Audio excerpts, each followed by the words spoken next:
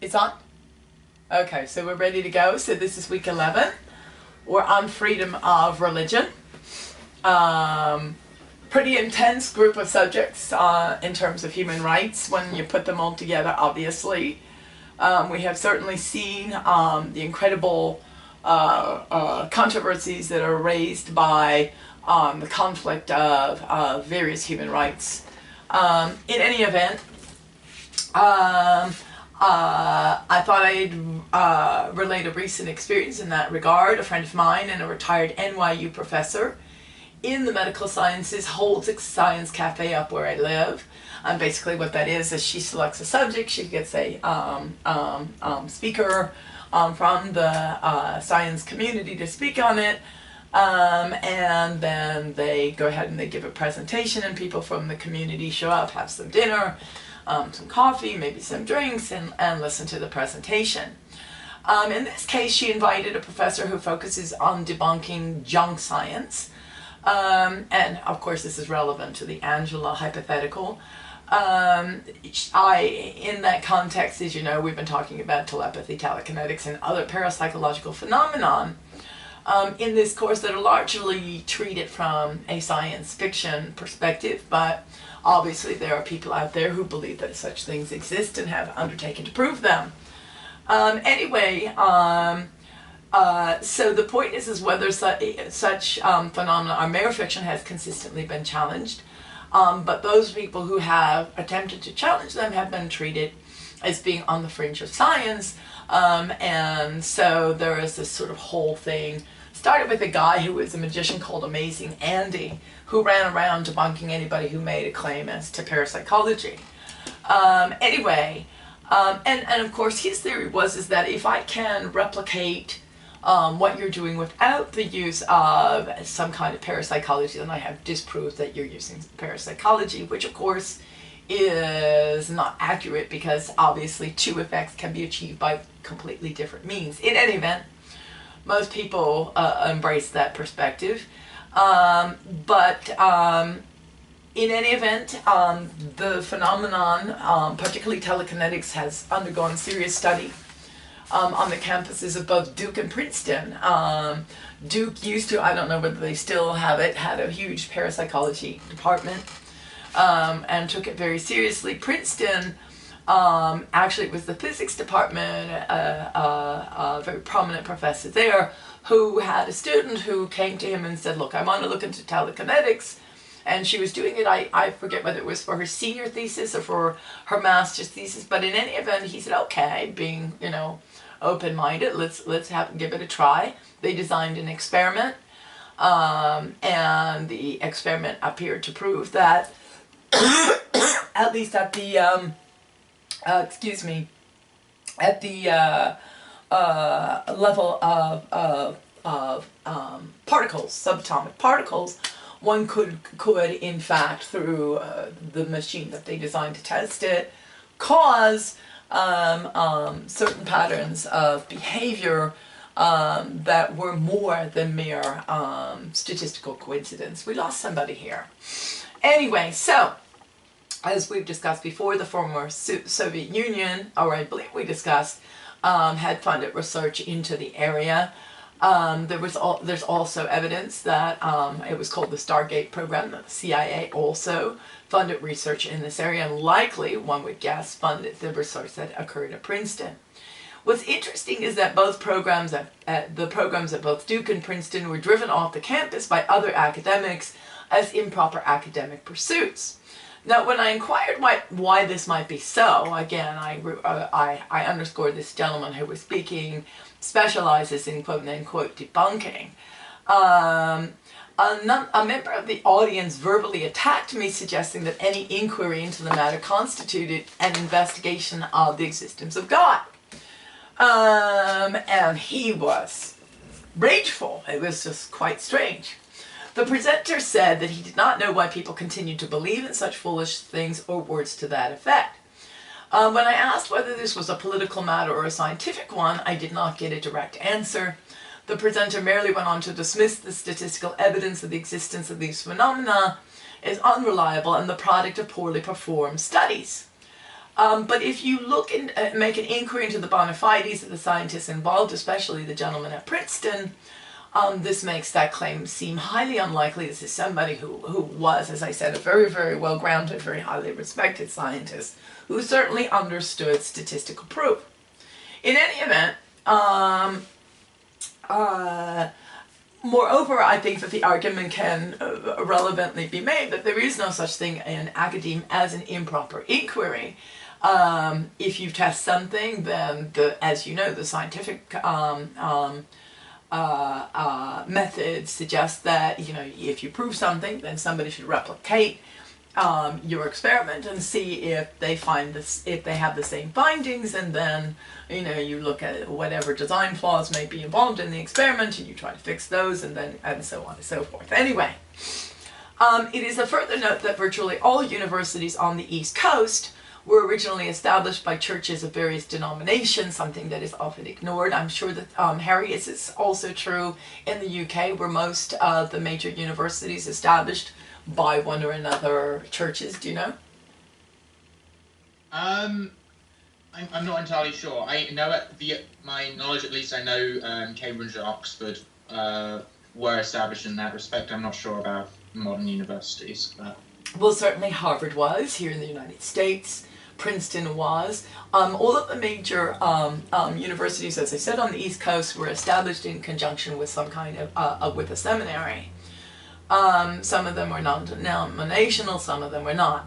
In any event, one cannot help but wonder how academics on these two campuses in particular, both of which were established by various denominations, Princeton, by the way, continues to have a seminary, were successful in driving these programs off the campus. I think it is fair to say that there is a bias against religion on campuses across the U.S., and moreover that the sort of interaction between sort of persons who embrace religion and persons who don't on the campus becomes so vitriolic in nature that academics and other specialities, especially the hard scientists, do not believe that they can at all coexist with religious inquiry.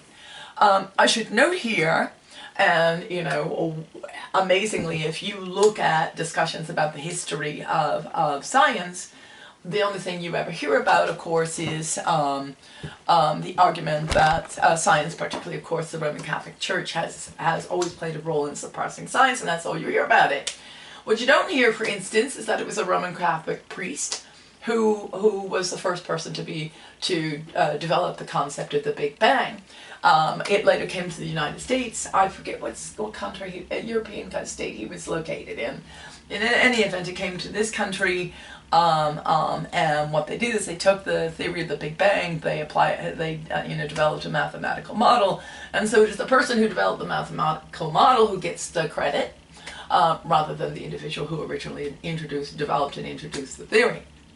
In any event, Dan Brown aside, it's not at all obvious that this antipathy is necessary. And I should pause to note, Dan Brown is an interesting character all by himself, because most of his very popular books are books about this conflict between science and religion.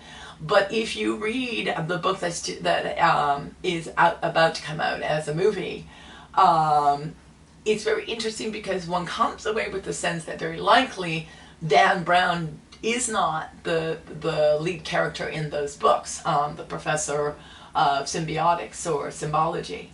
Anyway, so as I said, it was a Roman Catholic priest from Belgium that first proposed the theory of the Big Bang. It's also worth noting, as you undoubtedly know, that Newton and Einstein were deeply religious men, and moreover that Einstein understood all time to exist simultaneously, which is oddly similar to the Western conception of God, who is supposed to be omnipresent. Interestingly, and contrary to much of the propaganda that you have no doubt heard and imbibed, both philosophy and science largely issued from religion. In ancient societies, the three were virtually indistinguishable. How Galileo's work was suppressed is a matter of some controversy, where, according to the Church, he received substantial support for his work until he crossed from the realm of science into the realm of religion. notably not because he maintained that the earth revolved around the sun. In short, there was definitely a large segment of the church who, embraced his position, that in fact the earth revolved around the sun. But what happened then was Galileo started sort of moving into the realm of theology. The church was, at the time, the only legitimate civil authority, and it did not take challenges to the central doctrines of the church lightly. Not as to whether the earth revolves around the sun, as the popular sort of mythology goes. He ventured into what the church hierarchy deemed to be its exclusive bailiwick. If you're curious about this, there's an interesting article on Wikipedia.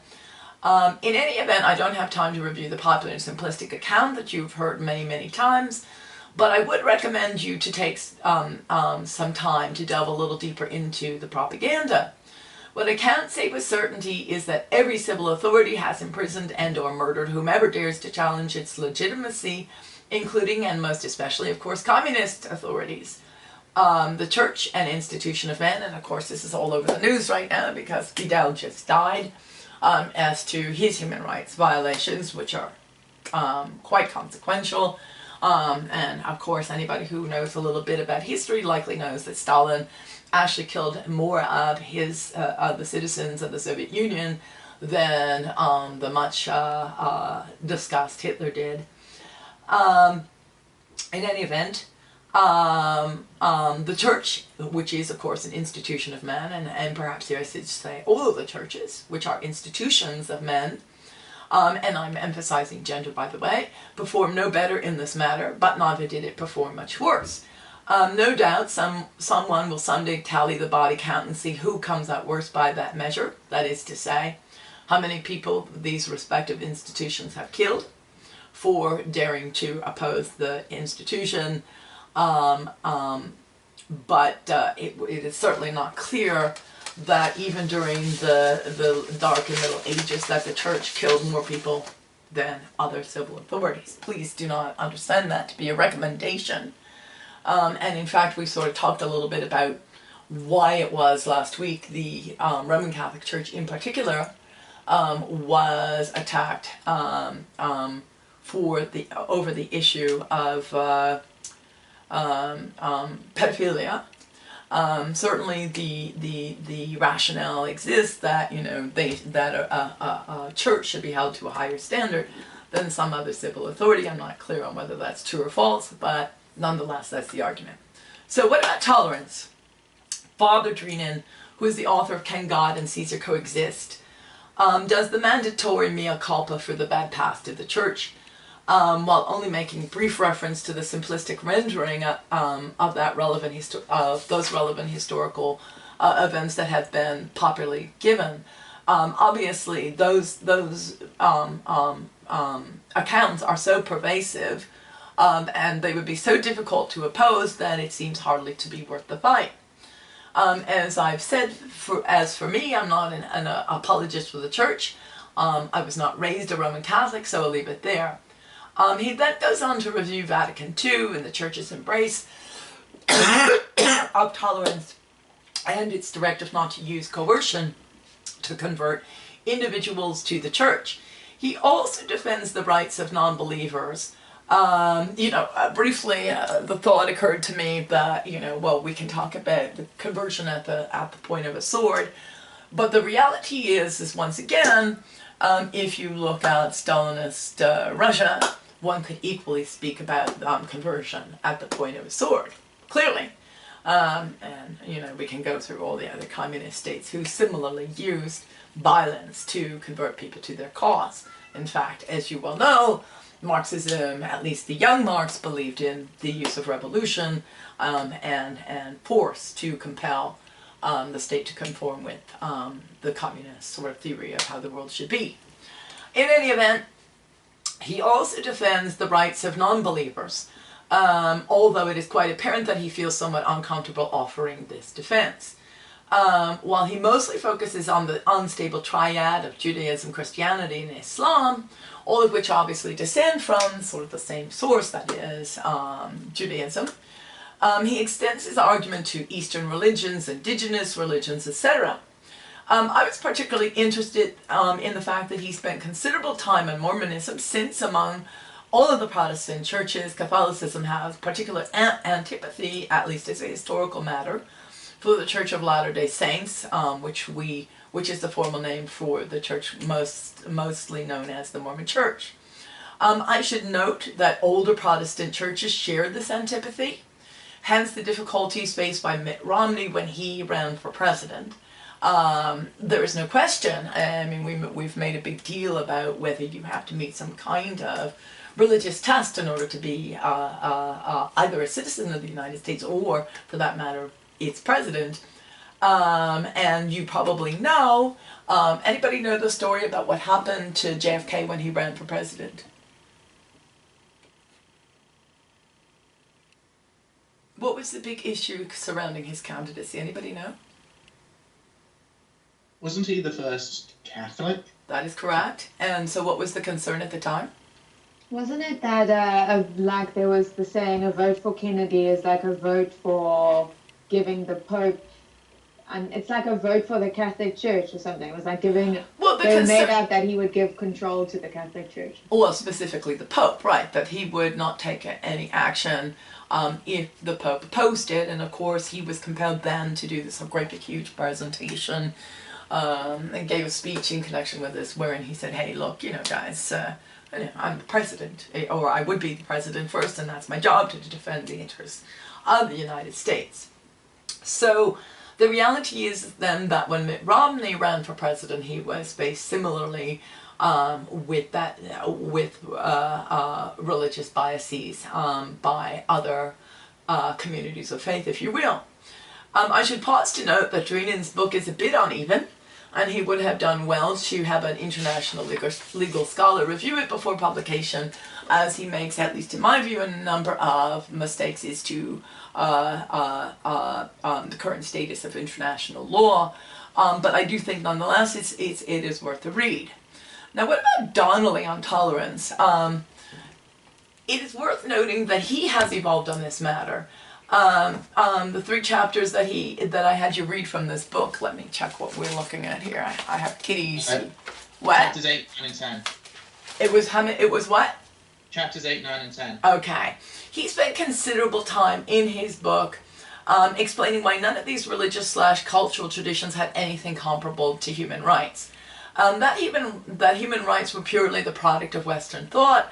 He certainly did not pause to discuss recent developments in China or India as to human rights.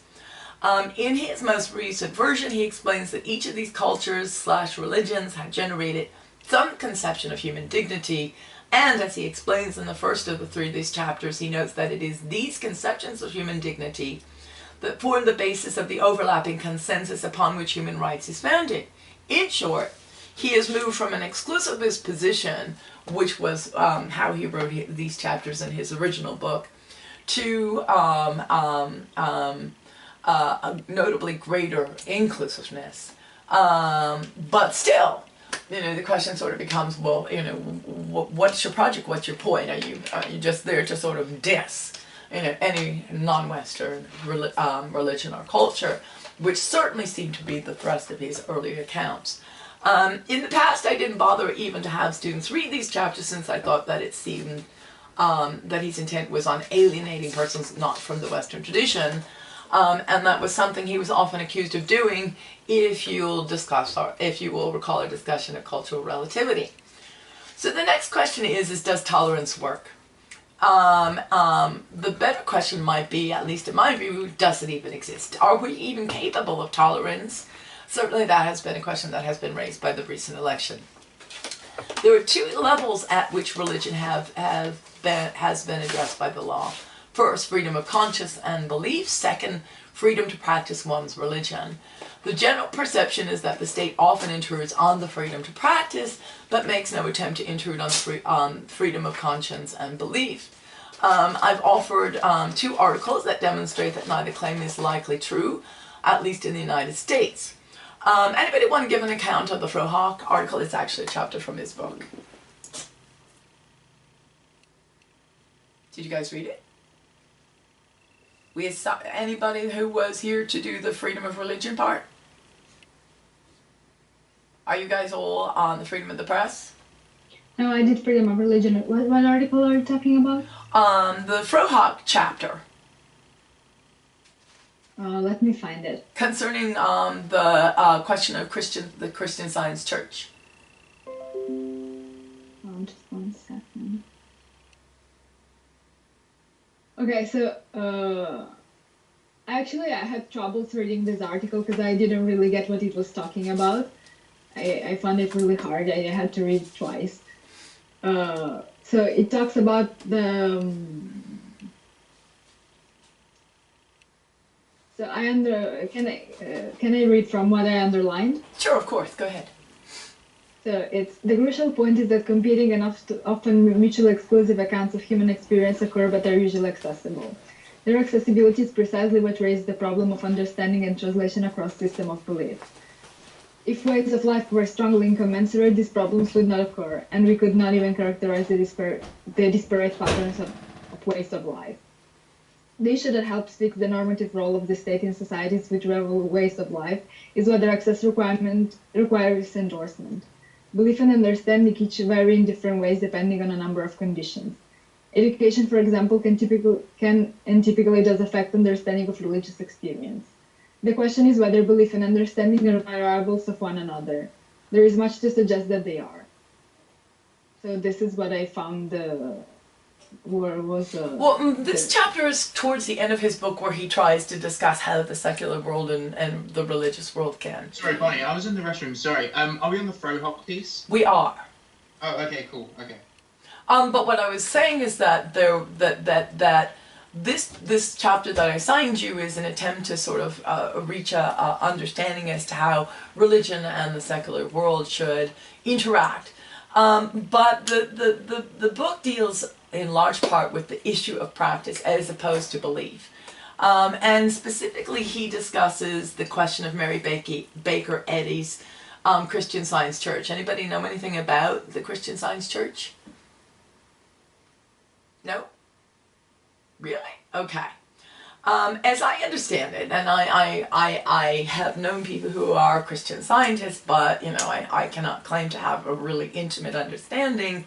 But Mary Baker Eddy believed that we are all created in the image of God, that we are perfect at birth, and that any deviation from that perfection is in fact the product of the lack of faith.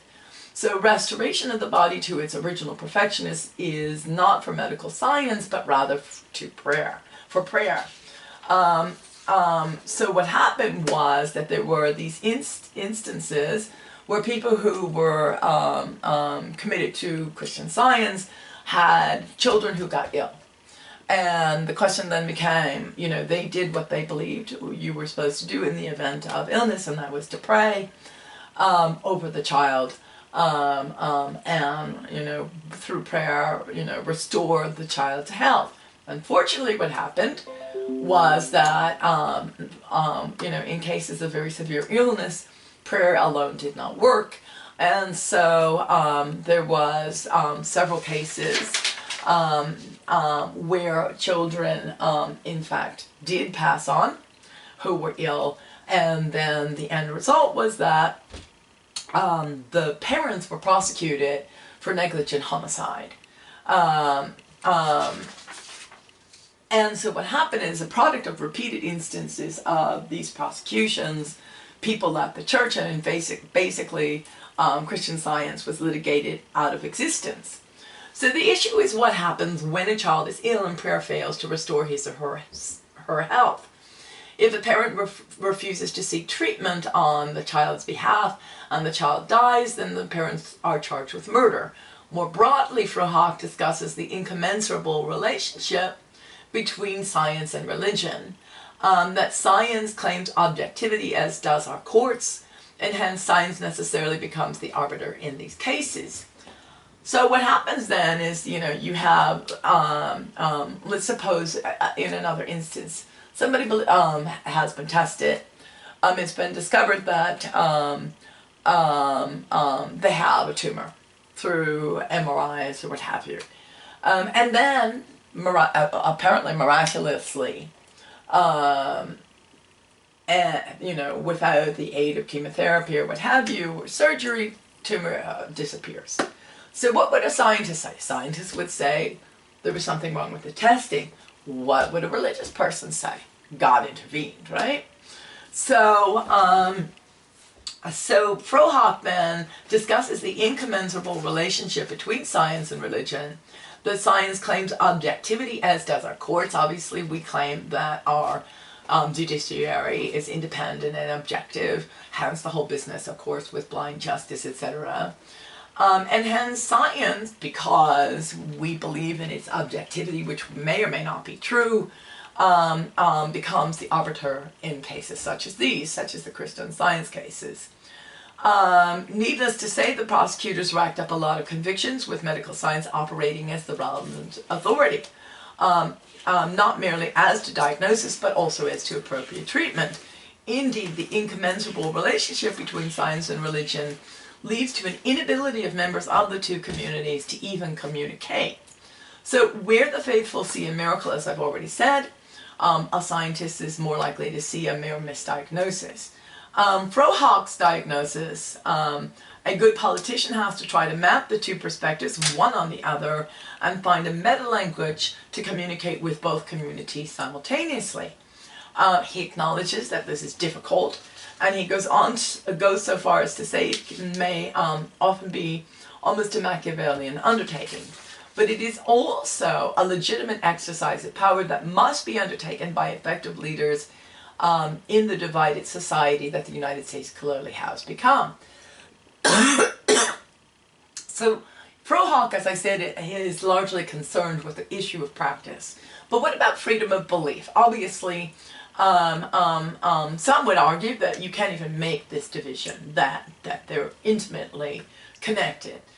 Can you really restrict an individual's ability to practice his or her religion and not ultimately undermine and or destroy the religion? Going back to Christian Science, if you prosecute people for having pursued their belief in faith healing, which is effectively what it was, and with a bad outcome,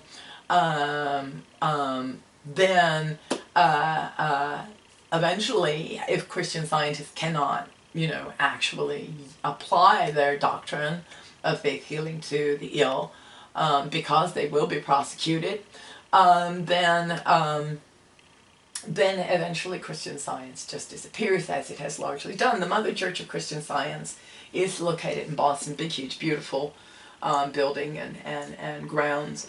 So what happened then is where healing by prayer was so central to Christian Science, if you eviscerate the ability of Christian Scientists to practice, you will have ultimately eviscerated their beliefs as well. One thing I must pause to note, and perhaps one of you can comment on it. So if a parent goes ahead and pursues faith healing and a child or loved one dies, they're prosecuted for murder. If a medical doctor goes ahead and pursues a particular treatment and the treatment has a bad outcome, what did they get prosecuted for? Anyone? I assume they don't get prosecuted at all, unless there's some kind of negligence or something, but usually it's No, because if there's negligence, that becomes a civil court issue, right? It is not a criminal matter. Yeah, so it's just put down to, well, we tried, but... Oops. Boo-boo! So why do you think it was fair to make the distinction between faith healing and science where both can fail?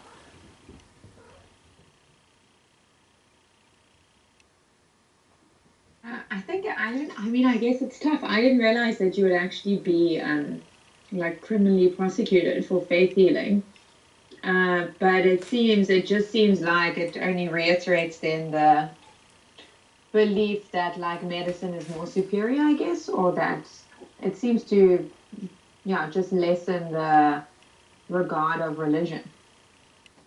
Well, I go back to the case I'm sure I told you about what happened to my mother, where she had been through, so the doctors diagnosed her. I have some doubt as to whether this was even accurate, but the doctors diagnosed her as to having small cell lung cancer. They subjected her to both chemo and radiation. The radiation destroyed her esophagus. And so they put in a stent to hold open her esophagus and warned her that when she ate, she had to be very cautious, that she needed to eat soft food, etc., etc. So she went ahead and she had some, I guess it was steak. I'm presuming they were very small pieces of steak, but nonetheless, on the way down, it apparently went into her lungs rather than down her esophagus. I don't recall exactly how it all was supposed to have occurred. She goes to the hospital, local hospital. The pulmonologist intubates her, and he basically, and he does so without having a full medical history apparently. And apparently, as a product of the intubation, he tears a hole between the trachea and the esophagus. And as a product of this, the contents of my mother's stomach were going up and into her lungs. Now, did he commit murder? Why didn't he get those records before he acted? Why didn't he get a full medical history as his proper protocol? I don't know. I mean, it's happened in so many cases with doctors, but they're given the, I don't know, like benefit of a doubt, or it's just seen like, well, they're doctors, so that happens. But if you're right, it shouldn't. But if you are a Christian Scientist, then you're prosecuted for murder. I mean, I'd personally kill this man if I ever saw him. I've told you that before. But I mean, does that make sense? That you get prosecuted for murder if you select one category of healing as opposed to another? No, it doesn't seem to make sense. Bonnie, could I say? Sure. Isn't it the state? Shouldn't it be the state who determines what healing is in terms of sort of who controls the definition of healing? That would be my sort of my question, because it'd be if a parent were to decide if their child had cancer to engage in homeopathy rather than, say, actually taking their child to a medical professional, I think there's a strong argument to be made that there's at least gross negligence there. So what about this guy who killed my mother? It's gross negligence, and shouldn't there be both independent review boards and I would think in hospitals and criminal charges, because I know for at least I can only speak to what I know, I guess, but there was a case of a doctor in the UK who was found to have Harry, hold that thought. I have a poodle and a cat that are having a fight. Give me a second. Let me see if, no, they seem to be done. Are they done? Are you guys done?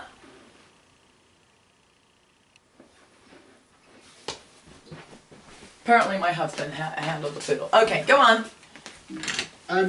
From what I know, this surgeon had falsified his medical credentials or something, and he had actually operated and killed a lot of people, and he was criminally prosecuted. Yes, but the reality is that that's a situation where we had a recent case where a doctor was intentionally misdiagnosing people as having cancer, subjecting them, he was an oncologist, subjecting them to chemotherapy. Notably, he was legitimately credentialed, and he variously killed or destroyed the health of a large number of people. My presumption is he was subject to criminal prosecution, but that's intentional fraud, right? What if you're just really negligent and it results in somebody's death? Yeah, I would imagine that there's a big difference between, like you were saying, just negligence that results in an individual's death and like a, I don't know, vast like sort of fraud case on it. But I think it's interesting what Harry was saying. What does it actually say in terms of like a parent's right to choose the form of healthcare that their kids can have? Is there anything that says that if they choose to go with religious or traditional or some kind of healing, that it's permitted? Actually, no. I mean, if assuming that they would be treated as Christian Scientists were, the answer would be no. They would be charged with homicide. I shouldn't say minor. There is no such thing as being charged with a homicide on a minor level, but it's certainly, a lesser degree of homicide than, say, if you intentionally shot somebody with a gun. But nonetheless, they were charged with and convicted of homicide. I think, Bonnie, this is interesting to relate it back to the Can God and Caesar Exist? Really, I found it a really interesting book, especially the part about the right to have a conscience. Right. Because those parents, if they engage in spiritual healing, are acting in their best conscience. So, I guess my question is, in international law, there's a right to conscience, and Drinan speaks a lot about this, but sort of definitionally, justicably, it's very difficult to sort of make a workable definition of the right to conscience, because the conscience is so sort of subjective, I would guess. If that makes sense. I'm not sure if I said that very well. But. Well, is it subjective? I mean, what I believe is what I believe. That must surely be what conscience is, right? So, but what if I believe, let's step away from the faith healing question. What if I believe I'm entitled to go kill people who happen to be not of my faith? Then what? It might actually be driven by religious belief, right? Well, yes. And you would be criminally prosecuted and for a hate crime. Okay. So, but presumably, what? That just made me thought. He says on page 16 that guarantees of human rights will continue to be resisted when they encompass acknowledgement of the right to follow one's conscience. So that kind of supports what you're saying, that it can easily be contested if one person says, well, my conscience is telling me to go kill people. Right, but is that the same? Let's take, okay, so we're talking about terrorism in this event, and we've also discussed in past classes, I guess last time we met, that terrorism is an act that has actually been pursued by many different persons of many different religious faiths, using their faith as a rationalization for what they do. But is that the case of the Christian Scientist? Is it comparable? I mean, obviously, these parents did not want their children to die. Plainly. It was not that they, were seeking to kill their children. They didn't poison their children. They didn't do anything of that sort. They simply believed that faith healing was more effective and preferable to going to see a doctor. So are those comparable? Should we be comparing those? Hi, Mina. Hi, Professor. Happy Thanksgiving. It's a little late. Well, happy Thanksgiving to you as well. So anybody have comments? I mean, do you want to compare the Christian Science practitioner with the terrorist? Are they the same thing? Boy, that's getting quiet. Come on, one of you guys has something to say. Would you repeat the question, please, Professor? Sure. The parents in the Christian Science cases, they did not seek medical treatment for their children who were ill, and chose instead to pray over them in accordance with the Christian Science faith, as opposed to, and what I'm saying is the end result was that these children died and the parents were prosecuted for negligent homicide. Is that comparable to terrorism, or would you wish to separate these things out, even though terrorism may similarly be driven by someone's religious beliefs? That appears to be a hard question because you guys sure are quiet. I think it could be kind of analogous to terrorism. It's a totally different matter, but coming from the thought of sort of irrationality behind thinking that the religion rules over rationality or logic, because for example, for me, when I have my faith, I always think that God is above rationality but not below rationality. So, in that sense, I think those two cases could be congruent. However, the fact that the terrorist deals with weapons and violence, however, however, the Christian Science case deals with children. So I think the motivation behind that is a little different. A little. Again, different. I mean, obviously, if you're going off and you're killing people of other religious faiths, Yes. your intent is to kill. Yeah, you are but clearly committing first-degree murder. That is to say, intentional murder, right? Yeah. But when you are dealing with your children, whom you deeply love, whom you are raising in your faith, and this faith involves not going to medical practitioners, but rather going to faith healers that are sort of, I don't know whether it's an ordination process again. I don't know the intimate details of Christian Science, but, these practitioners are, in fact, authorized by the church to heal over and, pray over and undertake to heal the child when the child is ill. So the intended outcome is to save your child's life, not to kill your child. And also, I suppose, simultaneously to save their souls. So is that the same? It's not the same. The motivation and intention is not the same. But what my criticism towards both is that it is based on it. Even if the intention is good, for instance, for Christian Science, the logic or the rationality is wrong. So. But then, Mina, I'm assuming that you're not a Christian Scientist, right?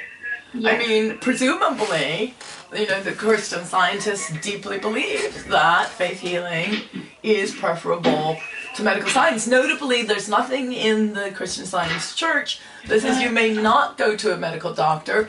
It's just that, the preferred behavior is to seek the aid of a practitioner from the church. So So the Christian Scientists, they don't say that you cannot go to. They say that you can still go to see the doctors, but they're helping on top of that. Is that what it is? Well, I mean, the current logic is this sort of post-Clinton.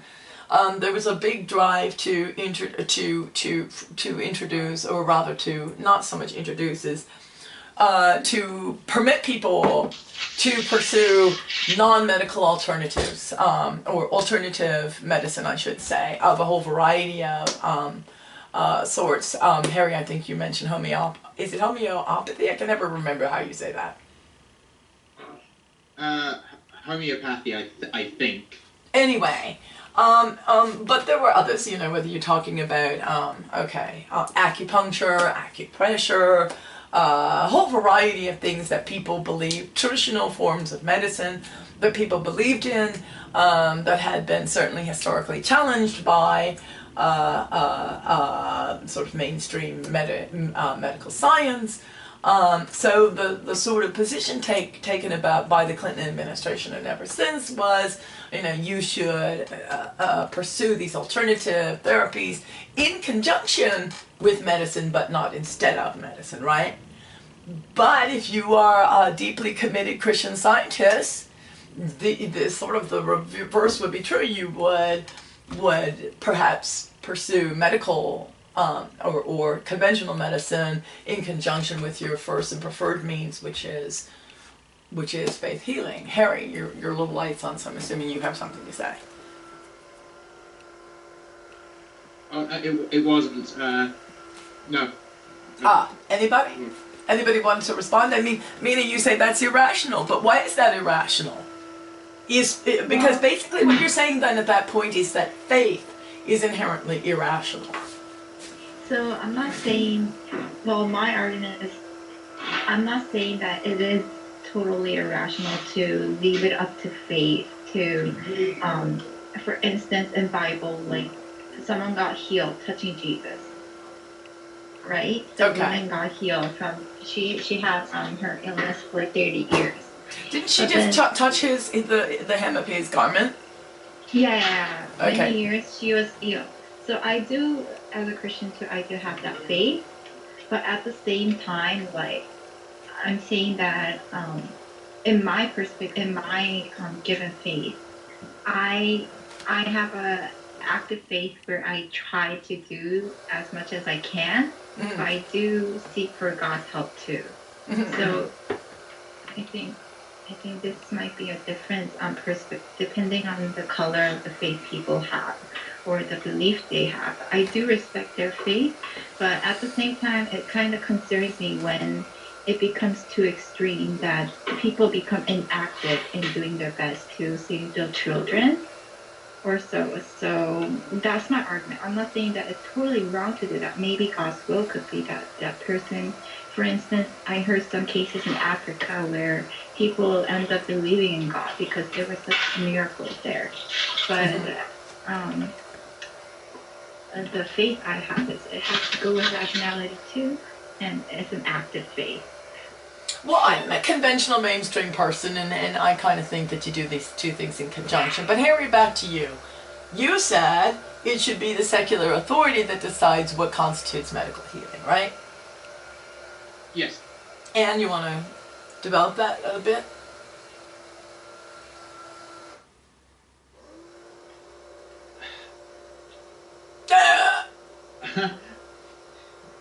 I suppose. Anybody want to help Harry out? Well, I think that the state is the legitimate authority which we agree to adhere to the rules and laws of the land, so to speak. So I think that medical practice definitely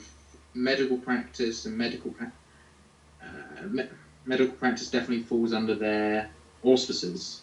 That would be But why? my Why do you assign it to medical practice? The fact of the matter is virtually every religion, I would not presume to say every religion because I don't know that with certain because there's a lot of religions in the world, but virtually every religion, certainly every religion I know of has some kind of healing practice in connection with that faith. So why, and as a historical matter, there's just simply no question that healing was always associated with religion. So why should it be a secular matter? Explain. Sort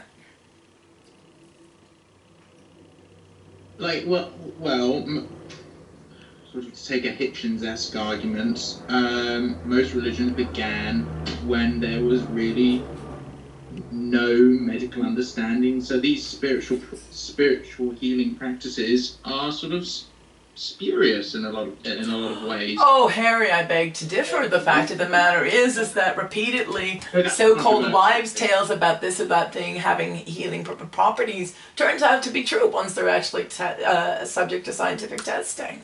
So obviously, if you have humanity who's lived for thousands of years, and they tried this and they tried that, I mean, effectively, they were engaging in the scientific method, if not so stringent as it has become today, double-blind studies, what have you. But certainly by trial and they take an herb, they see how it helps, they try another herb, they see how that helps, what it does. And over time, they developed an entire body of medical knowledge. Now, yes, it is true that some things didn't work so well, but leeches, for instance, bleeding people. Horrible practice, one would think, except for it turns out that when you engage in microsurgery, leeches actually work really well to control the bleeding and to enable healing to progress. So, really? Are we sure? My argument would be that those are just sort of small examples which do demonstrate that sometimes these spiritual healing practices did get it right, but this wasn't done through sort of scientific rigor. And my argument would then be to sort of, this is kind of like a slippery slope argument that,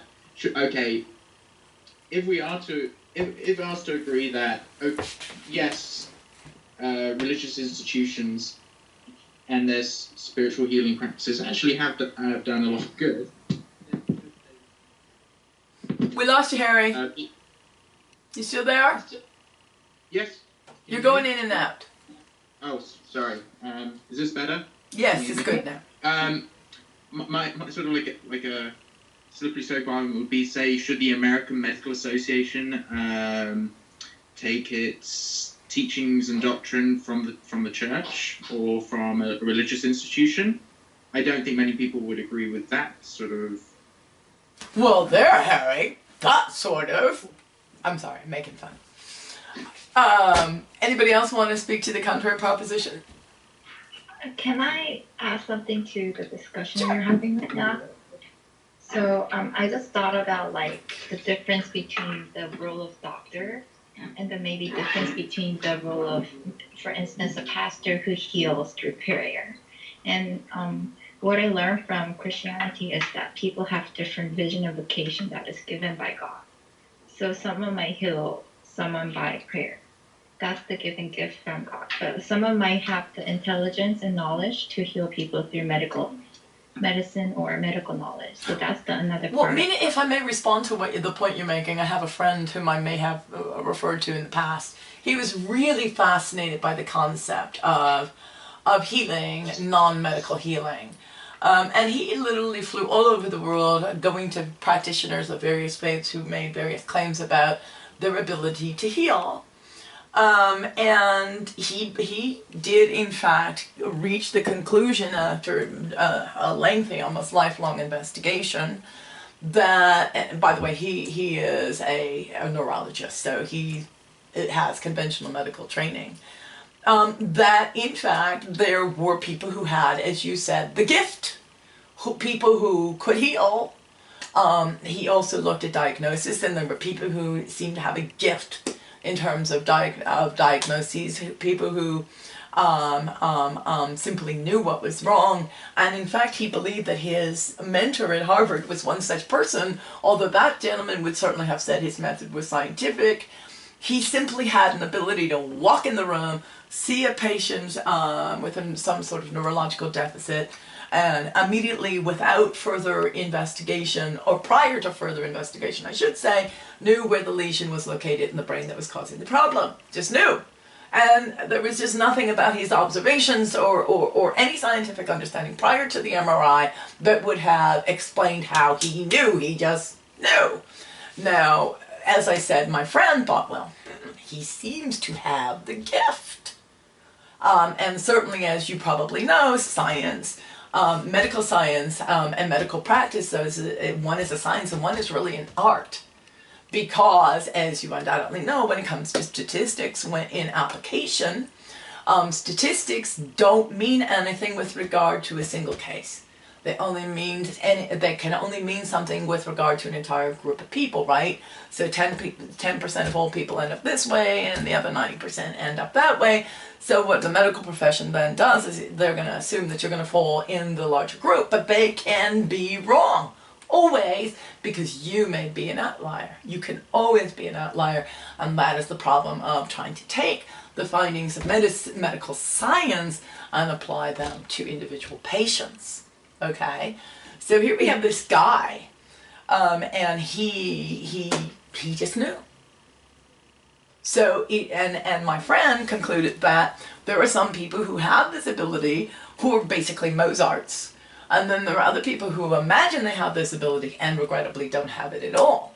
So maybe the children who died, the Christian Science practitioner who came and prayed over them didn't have the gift, as it were, as you were saying, Mina. Yes, so I think it's hard to say what is wrong or right, but because there always remains a possibility for error in whatever we do, I think.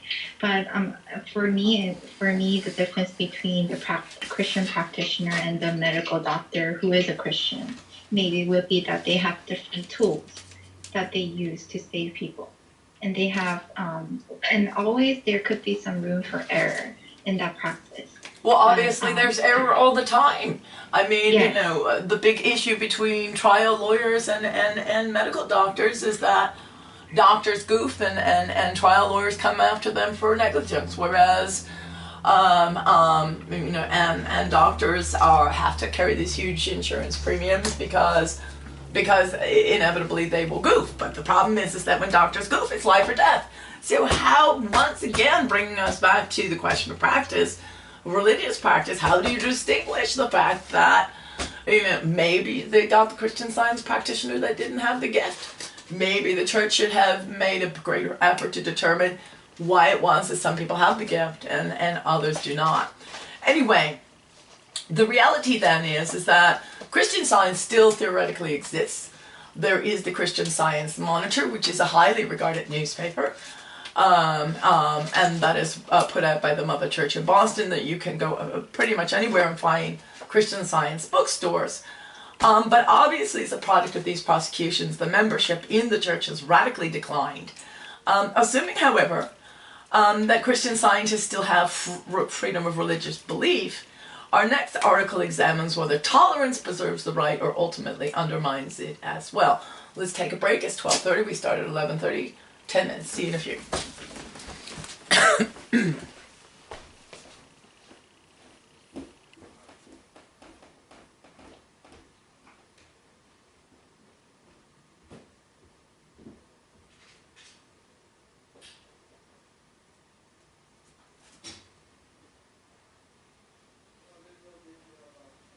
What, honey?